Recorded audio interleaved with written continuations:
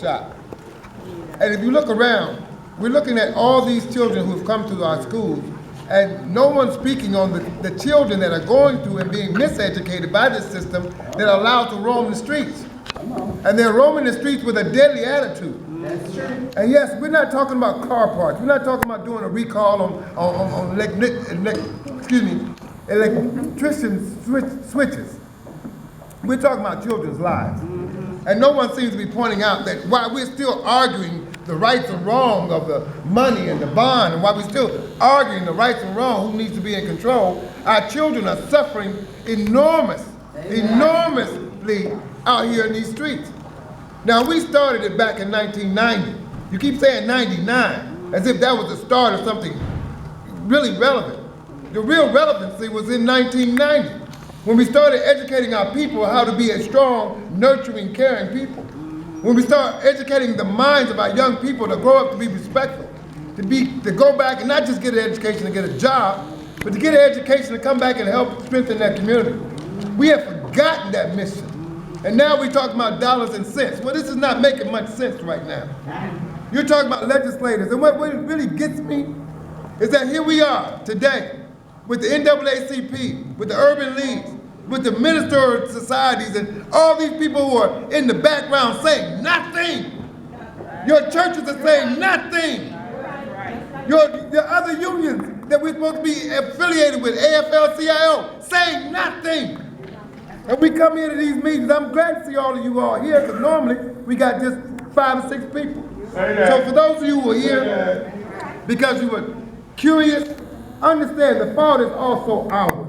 Amen. We in Detroit have done nothing but sit back and point the finger who got money, who didn't. Some of us are making some damn good salaries out of this mess. Some of the positions you got right now are because of this mess. And so you're holding on to those positions without doing anything, without being responsible. We got parents yelling at teachers, teachers saying all I want is my money and my paycheck. We have been so divided in our attack, no wonder we can't get nothing done. All right. And you all look around at each other, and then I hear comments back and forth against each other, and that's not getting the job done. And then when our children turn around and look at us, they say, well, okay, the adults are not in charge. They're not doing nothing. They look at you all like you're impotent. And then you run up there to legislators and ask white legislators in districts that have no idea what's happening in Detroit. They don't even have a damn clue what we're going through. And then you all debate whether to take the knife or the gun. Senate bill this, okay, House bill that, okay. Which one are we gonna kill for? And what really is truly remarkable, we gave the same man who helped legislate these bills an award from the NAACP. We gave him an award for helping killing our children, and we sat back and ate that half-baked chicken and those little few curly fries, and you said thank you and look good, because you had to put on your Sunday best.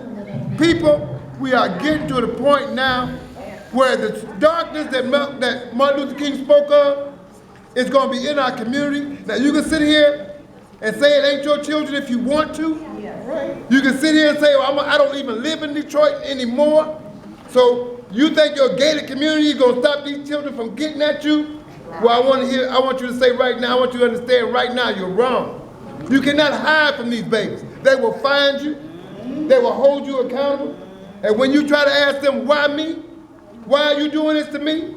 They'll look at you just as plain day and say, why not you?